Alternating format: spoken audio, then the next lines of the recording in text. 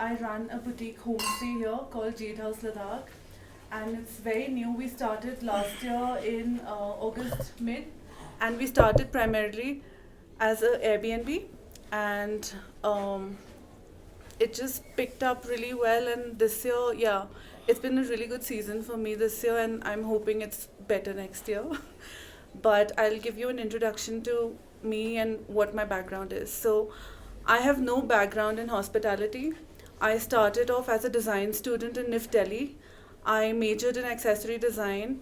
I started my own brand, leather design brand, and I did one collection. I was lucky enough to sell it one bag to this shady Bollywood actor. Who? Some guy.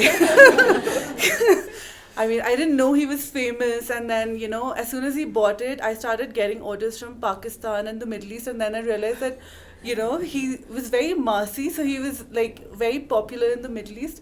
I started sending my bags abroad, and I opened this thing offline space in Nagaland because I made a conscious decision not to do any of the metros, because there's already too much competition, and in Nagaland people have a lot of disposable income, and I had a lot of friends, so I started an offline space there with this friend of mine, and yeah, and then I came here to Leh in February once, and then I met Chris Hemsworth, and he picked up one of my bags, and then I made him pose with my bag, and I posted the picture everywhere on social media, and then I ended up selling almost everything, and then before like closing down my operations, I sort of did a pop-up at Bon Appetit because we are cousins.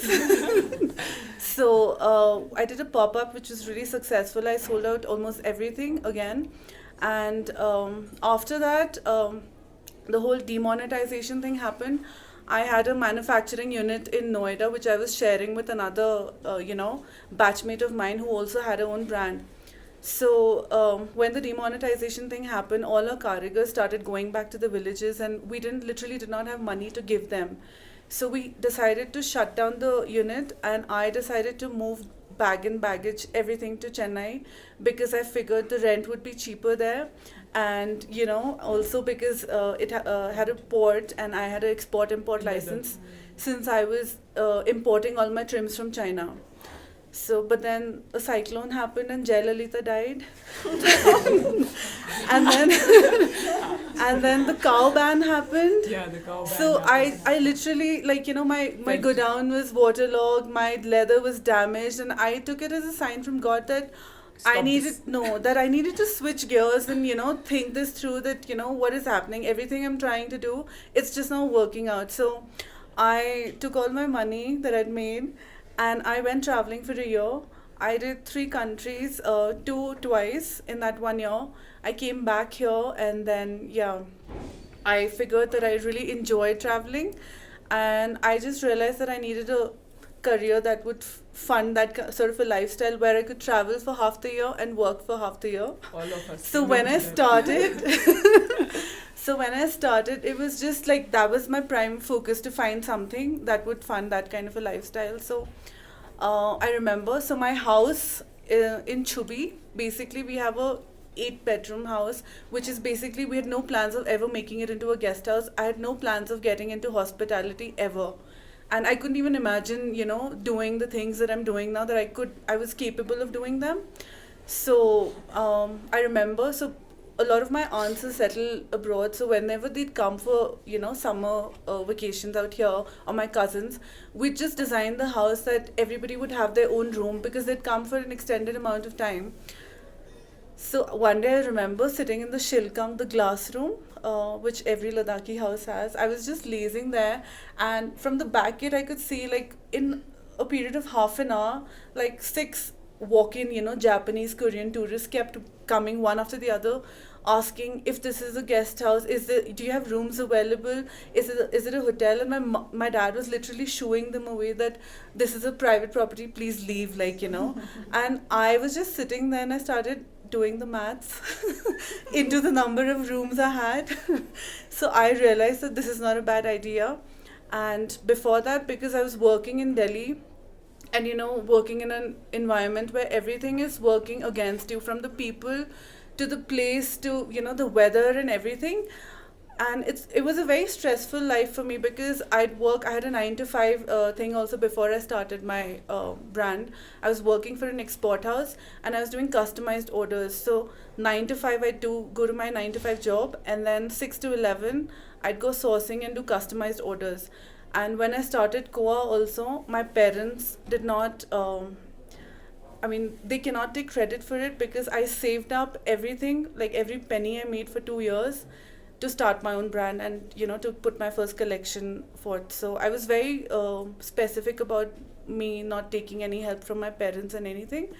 So yeah, even though, I mean, if I would have asked them, I'm sure they would have helped me. So where was I? Yeah. So no, she'll come. yeah. So I did the maths and I decided this is a good idea and I should do this.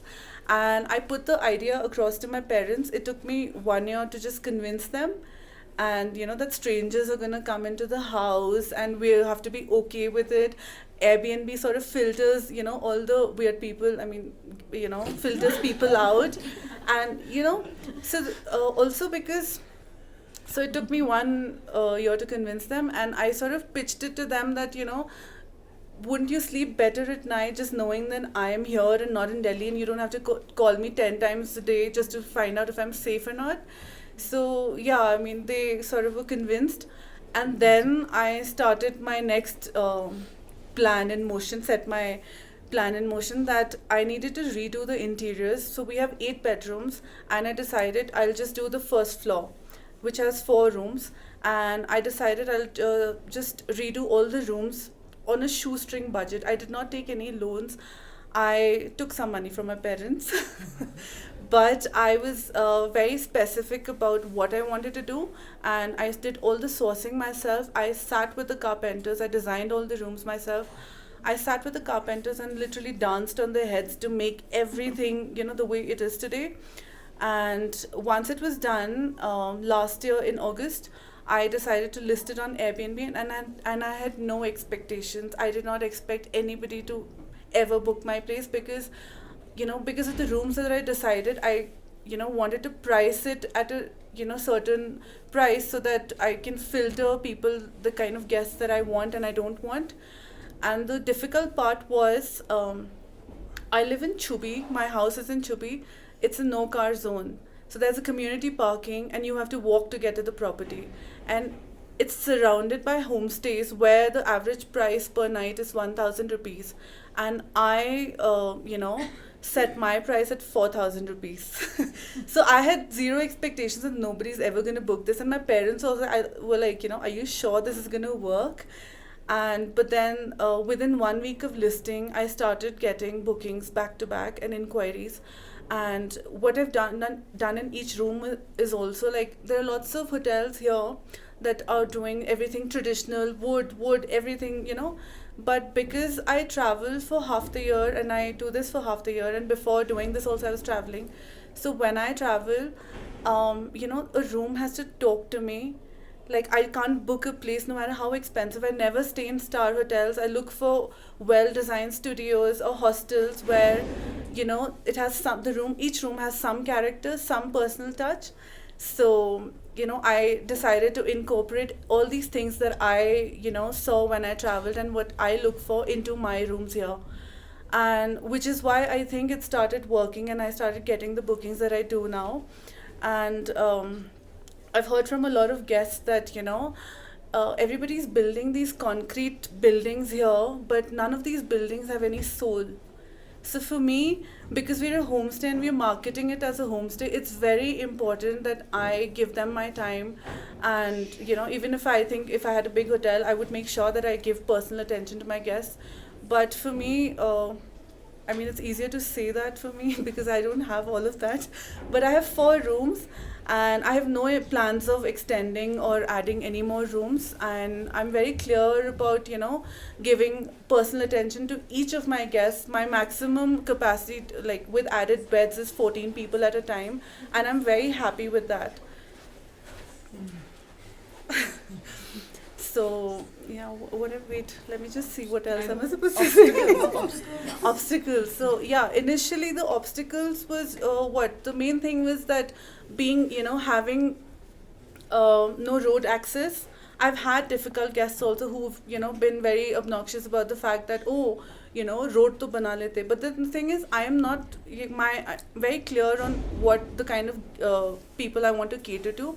My place is for experiential tourists, who appreciate the fact that there is no sound of traffic when you wake up. You can hear glacial water gushing literally through, and there is an organic kitchen garden right in front. Everything prepared is made fresh, and there's no pre-made masala mixture like in hotels. Like all the curries don't look the same. Everything tastes different. And I personally cook all the meals. We have a very small comfort food menu, and it's basically everything that I can cook. And so yeah, so the obstacles were just this, and then everybody thinking that I was out of my mind to doing something like this, and then pricing myself the way people thought that, like, I don't know what she thinks, like she's gonna even get guests on. Even my own parents were a little skeptical, but then yeah, I think I've proved them wrong. And then what I've realized and also the feedback that I get from the guests, it is so important to be personally involved. When the owner is personally involved, be it in their restaurants, I mean, there's a common thread that binds all of us. There's something that's very common between all of us, is that we are all very personally involved in whatever business we've set up. You will see both of them at the restaurant every day. You will see her, you will see Tamanna at Biryani Queen sitting at the counter, and there is no shame. Like, even if you can hire staff, there is no shame in doing work in your own business. I have washed dishes, I have done housekeeping, I have cleaned commodes with my staff, and yeah, like, it's my house, so I don't mind doing all of that. And it's a small price to pay for being able to travel for the rest of the year. So yeah, I didn't really face any obstacles as such, because I didn't apply for any loans or anything. And within I think 1 year of since last year, I've recovered whatever investment I had put into, and I've literally not even used wood, like, because everywhere you go in all the construction, people are using so much wood and this and that. I've used plywood everywhere, and half of my furniture is from Pinterest DIY. All right. So I just think that there should be some air space, and the rooms should be airy, and they should just look welcoming, and each room should have some character and some personal touch. So I've tried to add that in every room that we have. And yeah, so wait, let me see what else. So You can ask people. oh, I wanted to add something else. So like how most of the places here have a rotating staff from Goa. I've had this feedback from a lot of guests that they've gone to this high-end property in Nubra, or they've gone to a high-end property somewhere else like Pangong and everything. And then because when they're staying with us, I explain whatever I cook for them, and I'm like, oh, this is carrots from our garden, this is lettuce, and this is this other kind of lettuce, and this is everything is like then I've done this with this. So I make it a point to explain everything that I serve, the process and what has gone into their food, and they can tell that there's a lot of love and attention that's gone into each meal. Which is why I think every guest of ours who has stayed, even if they book for 1 day, they've ended up extending their stay, except for one today that we had to fly out because of AMS.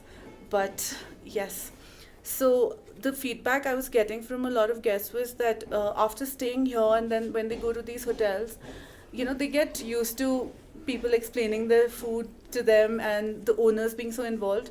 So I remember one of them asked the chef at this hotel, I'm not going to name the hotel, that, oh, so what can you tell me about the food today? And he was like, I'm actually not from here, I'm from Agra, and I work in Goa in the winters. So, I don't really know much about the vegetables, I've just come. And so what I'm trying to say is, when, there's so much unemployment in our own community, why can't we, if you really can't cook yourself, and not everybody has to cook, why can't you hire local cooks, local staff, and everything?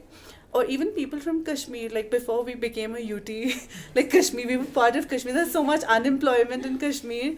So, and there's so people, like the people there are so traumatized and all. So for us, I made a conscious decision that I'm gonna cook everything myself, and instead of hiring any of these rotating staff that have to disappear by October because Goa is calling, I hired two Doda laborers, and they used to build roads on Khartungla, and they're two boys, they're brothers, and we hired them. Actually, we brought them home because we were getting the landscaping figured this year, and my nobody was hiring them because when in the morning people go to hire these laborers, they're looking for the strongest people to get the work done, and because you're paying them the daily this thing, so these boys were not getting hired by anybody, so they literally came to the car and they were like, if you hire us, we'll finish all of your work.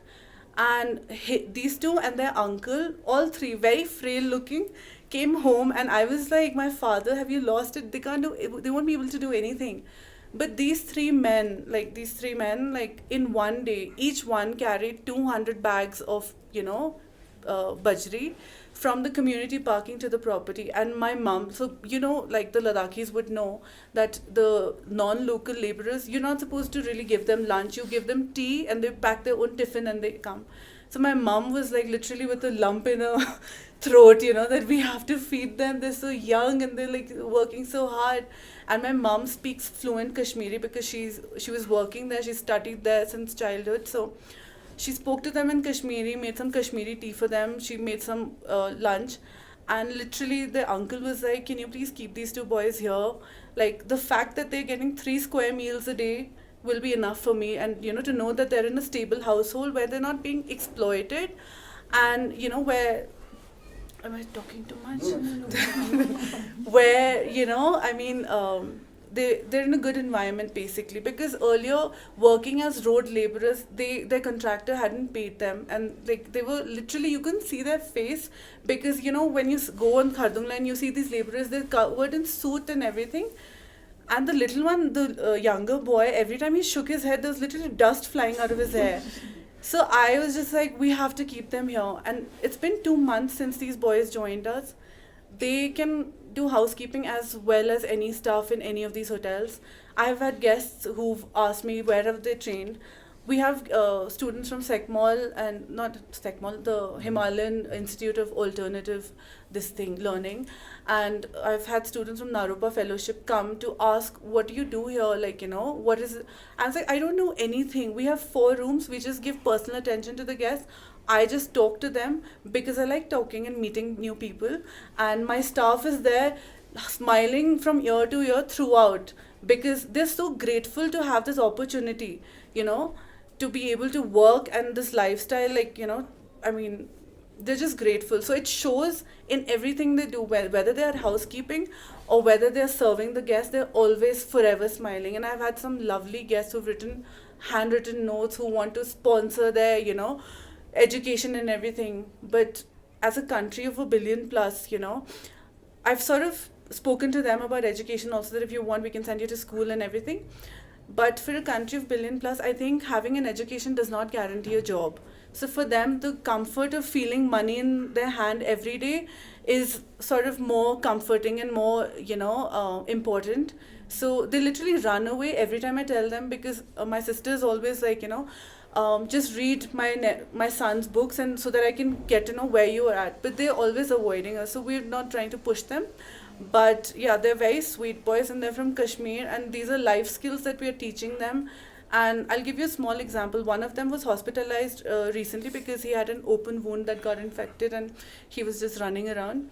So in the hospital, once he got discharged, the doctor called us to tell us that he made his entire bed the way he does housekeeping at home, from his towel to his everything. He made it, he put it on the bed, and all the ward people are asking, where did you learn this? And he's proudly telling them that, where I work, they teach us all this, and yeah, this is how we do it out there. So yeah, and we have an outhouse at the back. It's a 1 BHK. Both the boys, never had this concept of sleeping on a double bed, having a wardrobe, staying clean, maintaining that level of hygiene. So now both of them are such beautiful boys, very hardworking, and I feel so proud to say, and I think we're blessed to have them with us. So yeah, like this is what I was very particular about. Like a lot of people were like, oh, you can get all these, rotating staff from Bihar, Himachali staff or whatever. But yeah, my mom put her foot down, and I think that was a step in the right direction. So we've had a lot of feedback about that, and it's value addition also to the guests, because when the staff is not irritated and they just don't act like salaried employees. And honestly, my staff makes more in tips than their salary, and they've sent back so much money. Like the minute we hired them, we opened both, a bank account for both of them. Every time, like, the first time and they eat before all of us, they sleep before we sleep. And 2 to 6, I make it to a point, I tell all my guests that I'm sorry, no last minute orders. The staff has to rest from 2 to 6. So if you want to eat, you can go to the market and eat. And even though I know I'll probably make more money if they place lunch orders or dinner orders and everything, but that also I've streamlined in a way, because since I'm doing all the cooking, I'm like, breakfast orders have to be placed at dinner time, lunch orders at breakfast time, dinner orders at lunchtime, no last minute orders. So I've had some difficult guests, or some guests who are like, oh, 2 Indian breakfasts, so which is parathas, and then if they ask for one single extra paratha also, I was like, I'm sorry. So they're like, ek aur paratha ho jayega? I was like, nahi hoga, because you're supposed to tell me how many portions, because there has to be no wastage of food. So yeah, I think I don't bend over back, and it's so important, because I think this is the path of tourism. We as youngsters, we need to realize that if you want to sort of stand out, and now that we're a UT and everybody's scared that people are going to be buying lands, who's to say that tomorrow, like, all these Gujaratis are going to come and start building hotels out here? So what is it that's going to set you apart from all of these people, these properties that are newly going to come up? So as a boutique homestay, I don't think any of these people who come here and buy land and set up, they're not going to be able to do or offer what I am offering, because I am a local. If I'm interacting and telling them my local experiences and giving them tips about things which are off the tourist map, no other outsider who buys land will be able to do that. So you don't have to keep thinking that you have to build a big hotel. I have 4 rooms, and I'm very comfortable with how much I'm making, and I have no intentions of extending it, expanding it. And I know if I'm open till through winters, I'd probably make more money. But for me, enjoying myself and making sure that I get away from here and have enough time for myself is also very important.